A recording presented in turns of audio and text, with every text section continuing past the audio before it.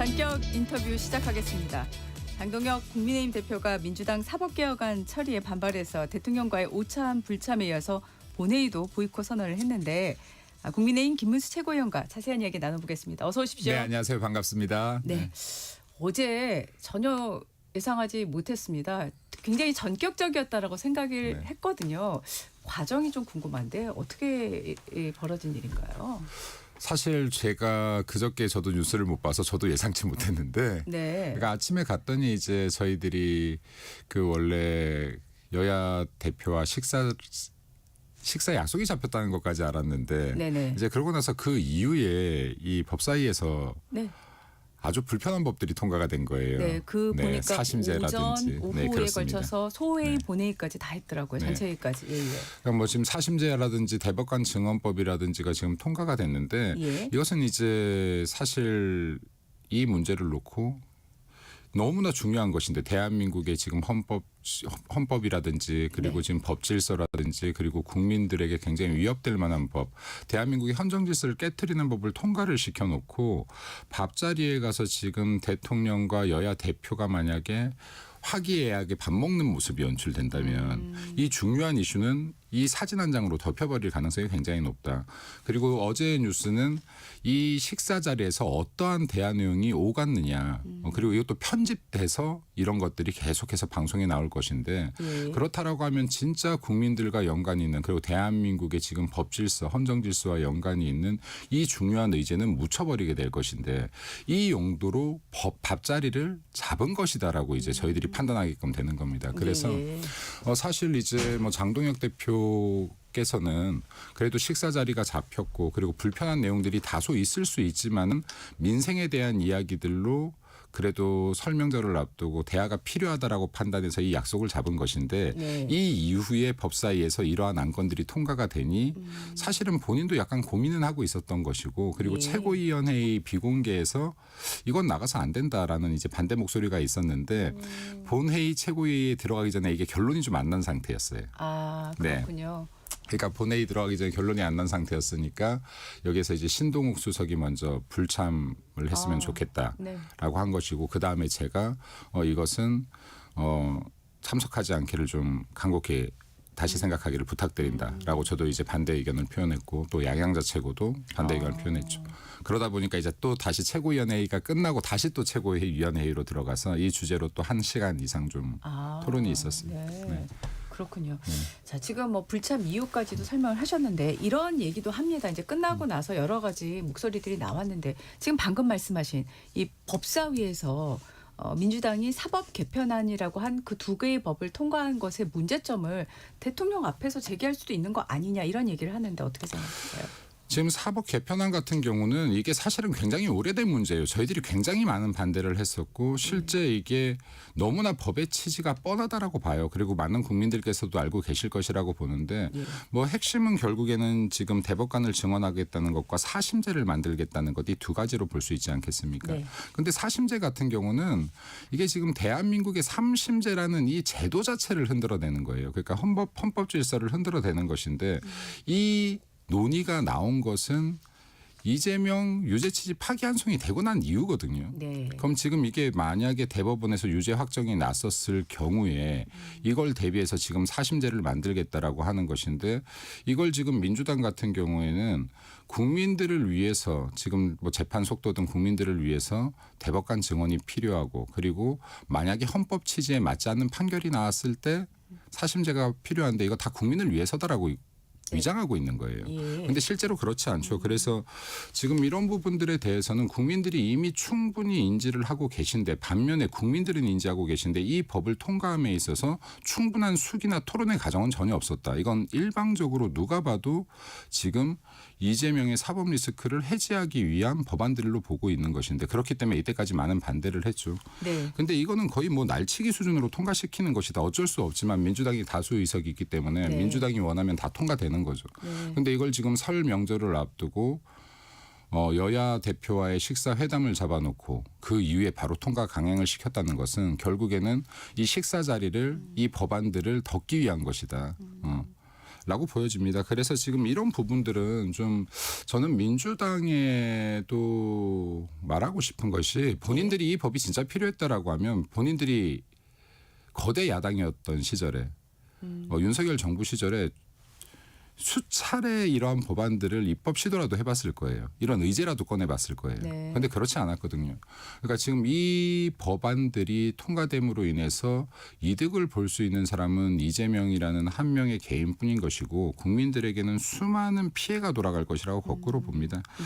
그래서 지금 일예로 하나만 설명드리면 네. 지금 이 대법관 증원 같은 경우가 지금 기존 14명에서 26명까지 늘리자는 거잖아요. 그렇죠. 그럼 예. 이게 지금 예산만 해도 1조 6천억 정도가 증가된다라고 해요. 네. 네. 그러니까 대법관 12명 12명 늘리는데 뭐가 그렇게 돈이 많이 들어 할 수 있는데 네. 여기 부차적으로 법관이 한 170여 명이 더 늘어야 된다라는 겁니다. 네. 근데 지금 이게 과연 대법관이 부족해서 국민들이 겪는 불편이 있었을까? 여기에 계신 우리 앵커님이나 저만 해도 대법관이 부족해서 느끼는 불편은 없었을 것이다. 진짜 국민을 위한 것이면 1심 판사를 늘렸을 것이라는 거예요. 네. 왜냐하면 기존에 뭐 한 10년 전만 해도 1심 판결 나기까지 약 평균 250일 걸렸던 것이 지금은 이게 360일, 뭐 380일을 넘어서 이제는 430일까지 평균 걸린다라고 하는데, 알겠습니다. 네, 그러니까 이러한 부분들을 진짜 국민을 위한 법을 만들면 좋겠다. 네. 그 말씀하신 취지를 잘 알겠습니다. 그런데 이 지금 단독 회담 자체가 좀 어렵게 성사가 된 거잖아요. 이렇게 해버리면 다음에 또 단독 회담 또는 여야 당대표와 대통령과의 만남이 또 성사되기는 쉽지 않을 거다. 그럼 향후에는 어떻게 소통을 하겠느냐. 이런 문제 제기도 있습니다. 어떻게 생각하세요? 제가 볼 때는 이거를 그러니까 이 영수회담이 되었던 여야 대표 공동회담이 되었든 간에 이것을 지금 어떤 상징성으로 이용하려고 해서는 안 된다. 사진 한 장을 얻기 위한. 네. 근데 이게 정말로 민생을 위한 회담 자리라고 한다 그러면 이것은 장동혁 대표는 10번 100번이라도 응할 준비가 되어 있고 또 마찬가지로 요청도 했었지 않습니까? 네. 그런데 이것을 지금 만약에 한 장의 사진을 뽑아내기 위한 용도로 쓰겠다라고 하면 이 자리가 1000번인들 무슨 의미가 있겠습니까? 이건 상호 간의 진실성이 담보되어야 되는 것인데 네. 지금 장동혁 대표는 민생 현안들을 위해서라면 10번 100번이라도 대화를 할 진심으로 대화할 준비가 되어 있다. 그러니 이것이 민주당 역시도 마찬가지 이재명 정권도 마찬가지인데 이 자리의 진정성을 훼손하는 이런 행위를 안 해줬으면 좋겠다라는 거예요. 그러니까 과연 민생을 논할 수 있겠습니까? 가면은 이게 과연 이 명절을 앞두고 민생 현안들 경제라든지 지금 물가라든지 이런 걸 나눌 수 있는 바탕은 최소한 만들어줘야 되는데 이 밥자리를 만들어 놓고 지금 이런 사법 질서를 완전히 흔들어낼 만한 법들을 통과시켜 놓고 지금 민생을 논하자라고 하면 이게 대화가 과연 될 것이냐. 네. 어제 그런 이유로 이제 국회 본회의도 보이콧하셨고 규탄 대회도 하셨는데 국회 본회의는 어제 하루로 끝나는 겁니까? 어떻게 되는 건가요? 지금 뭐 본회의 같은 경우는 지금 저희들이 보이콧을 다 또 들어갔으니 뭐 이 보이콧을 들어갈 것 같은데요. 왜냐하면 이건 역시도 저는 침묵도 의사표현이라고 보거든요. 근데 네. 정치인의 침묵이나 그리고 불참은 굉장히 큰 의사표현의 방법 중에 하나다. 예를 들어 어제 장동혁 대표가 불참을 하지 않았더라고 한다 그러면요.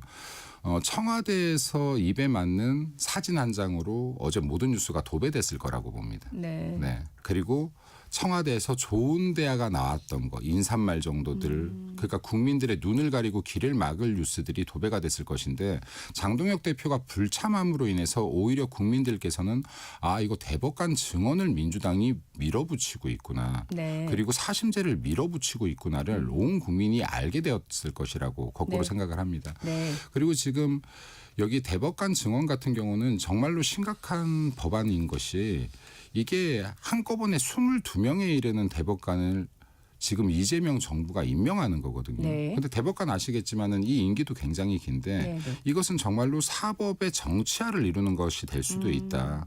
그러면 이런 것들을 국민들께서 통과된지 법사위 통과된지 모르는 국민이 제 생각엔 80% 넘었을 거예요. 그렇게 생각하세요? 네, 왜냐라고 하면 예. 이게 저희들도 뉴스를 실시간으로 보기 힘든데 생업에 항상 종사하시는 국민들께서 네. 이 뉴스를 실시간 보실 수가 없거든요. 예. 근데 지금 만약에 어제 아까도 말씀드렸다시피 장동혁 대표가 그 식사 자리에 갔다라고 한다 그러면 이것은 청와대가 원하는 사진 한 장으로 뉴스가 도배됐겠으나 저는 불참함으로써의 표현한 의사표시가 훨씬 더 강했을 것이다. 국민들에게 전달할 수 있었던 메시지가 네네. 훨씬 더 강했을 것이라고 생각합니다. 알겠습니다. 네. 지금 민주당은 2월 본회의에서 네네. 이 앞서 그 재판 왜곡죄 이것도 지금 국회 본회의 상정이 돼 있으니까 네, 맞습니다. 네. 이 세 개를 다 2월 안에 지금 통과시키겠다는 생각을 갖고 있잖아요.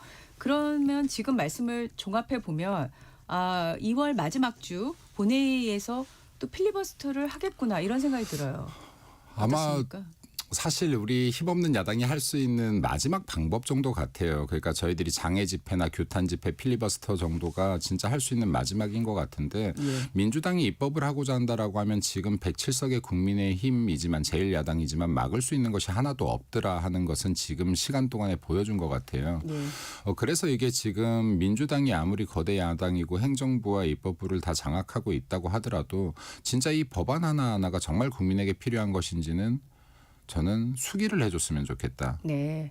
이건 제가 청을 드려요. 왜냐하면 저희들이 아무리 소리 질러도 통과될 법들은 통과될 거니까요. 근데 진짜 지금 이런 사법제도의 개편 같은 경우는 사법제도에 대한 입법 같은 경우는 이게 정말 국민을 위한 것인지 정말 전문가들과 긴 시간 토론되고 수기의 과정을 거쳐야 되는데 이런 과정이 하나도 없었다 네. 하는 것들은 국민들이 아셔야 될 진실 부분이라고 생각됩니다. 그리고 지금 방금 말씀하셨던 이런 법들이 우리들이 과연 한다라고 해서 막아내지는 못할 거라고 보지만은 그럼에도 불구하고 필리버스터를 통해서 뭐 장동혁 대표 24시간 필리버스터도 한 적이 있지만은 네. 이런 필리버스터를 통해서 국민들께서 이 장시간을 하다 보면 그래도 뉴스 잠깐이라도 켜보시지 않겠습니까? 예, 그러면 이런 문제가 있구나 하는 것들을 국민들께 알리고 호소하는 과정이라고 봐주시면 될 것 같습니다. 알겠습니다. 네. 지금 국민의힘 관련한 네네. 질문을 좀 하겠습니다. 일단 지금 그 당원 당규가 개정이 됐는데 그 내용 중에 인구 50만 명 이상의 대도시의 경우 지방선거에서 중앙당 공관위가 기초자치단체장 후보를 추천하도록 개정이 됐습니다. 중앙당에서 그 직접 공천해야 하는 이유가 뭘까요? 우선 이게 그 지방 각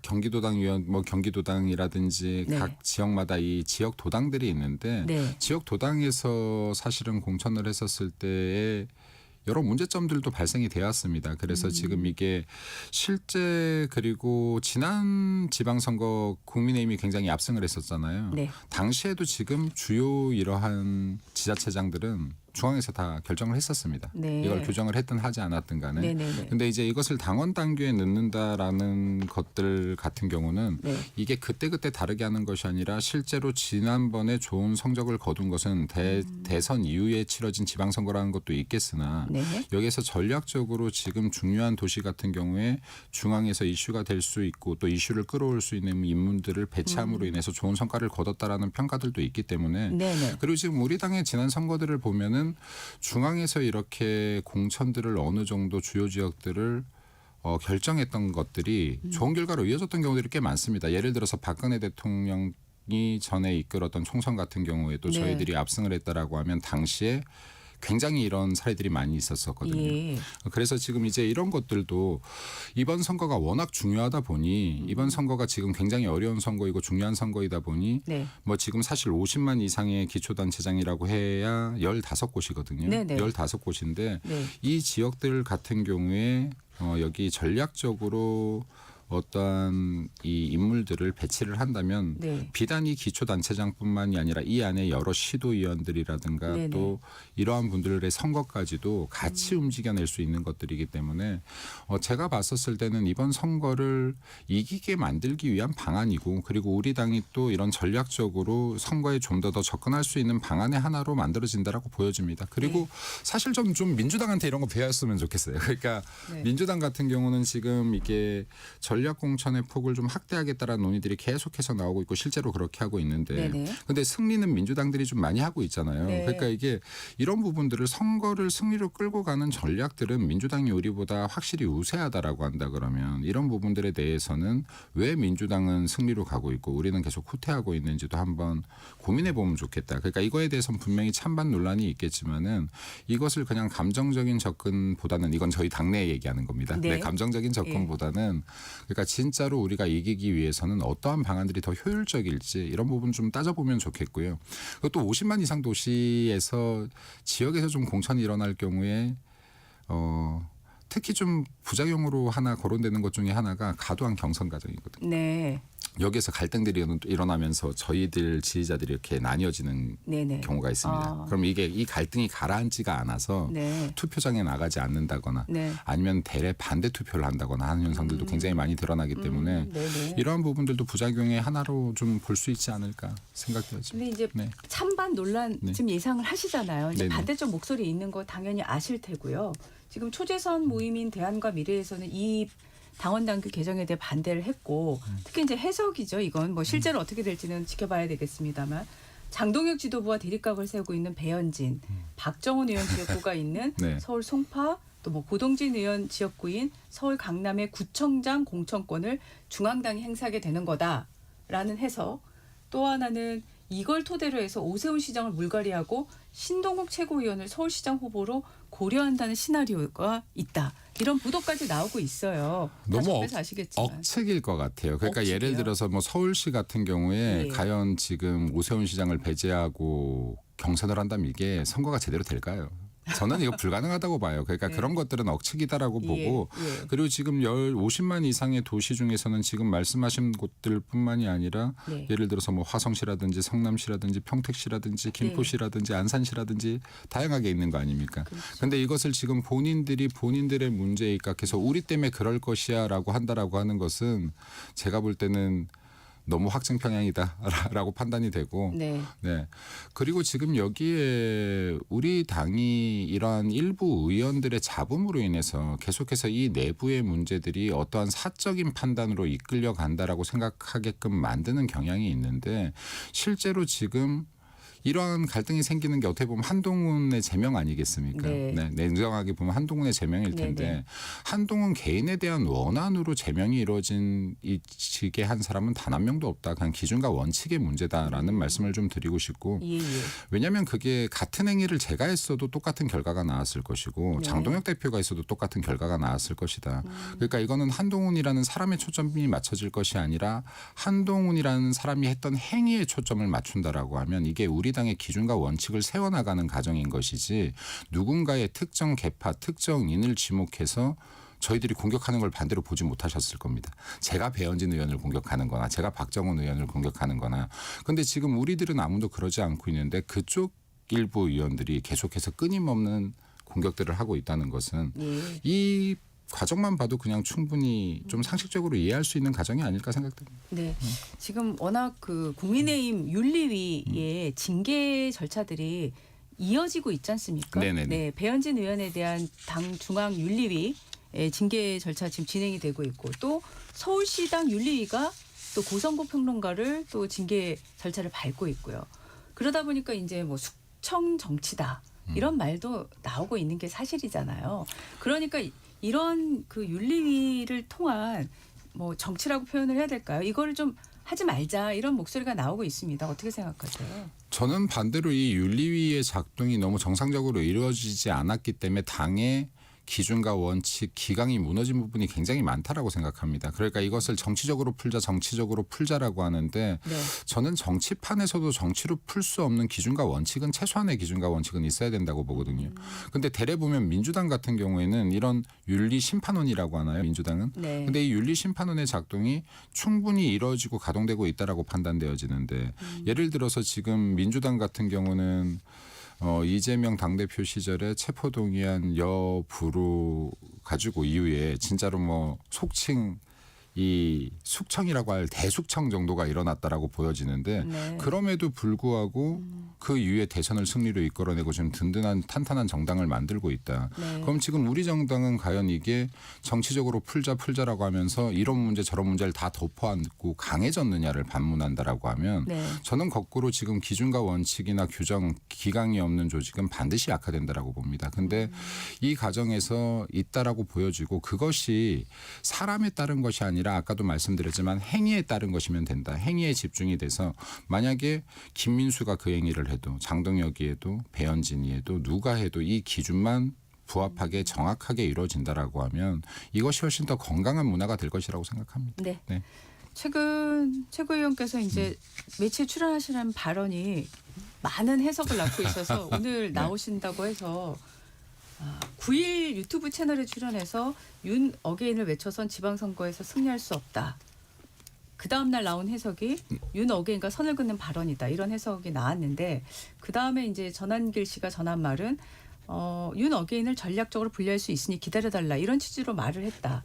또 이런 말이 나왔어요. 그러니까 이걸 놓고 앞에선 절연 뒤에서는 포옹? 네, 뭐 이런 해석도 하고요.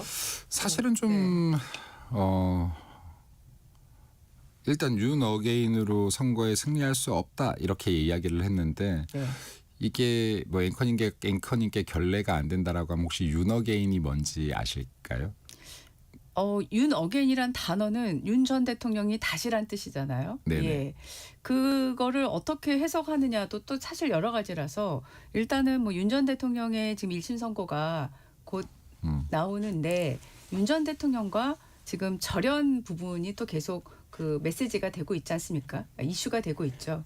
그러니까는 윤 전 대통령과 절연해서는 안 된다는 취지로 저는 최근에는 해석되고 있는 거 아닌가 이렇게 생각합니다. 그래서 이제 앵커님께서는 그래도 약간 폭넓게 제가 볼 때 약간 폭넓게 해석하시는 분 중에 하나일 것 그런가요? 같고요. 예, 예. 그러니까 사실은 이게 윤 어게인이라는 것은 지금 이미 국내에서는 특정한 구호로 프레이밍화가 돼 있다라고 봅니다. 그러니까 네. 지금 이거는 비단 레거시 미디어뿐만이 아니라 우리 당내에서까지도. 네. 그러니까 이건 특정 세력이고 그리고 아주 작은 집단이고 강성의 목소리이고 극우의 목소리다 이렇게 프레이밍화가 돼 있는 것 같은데 네. 실제적으로 이 윤 어게인을 외치는 사람들은 굉장히 많은 다수의 국민이거든요. 예. 근데 이분들이 이야기하는 것 중에선 방금 말씀하셨던 뭐 윤석열 대통령에 대한 복직도 있고 그러니까 이게 지금 복직도 있을 뿐만이 아니라 대한민국의 사법체제 정립이라든지 지금 무너지고 있는 자유나 사법에 대한 복원이라든지 강력한 한미동맹이라든지 그리고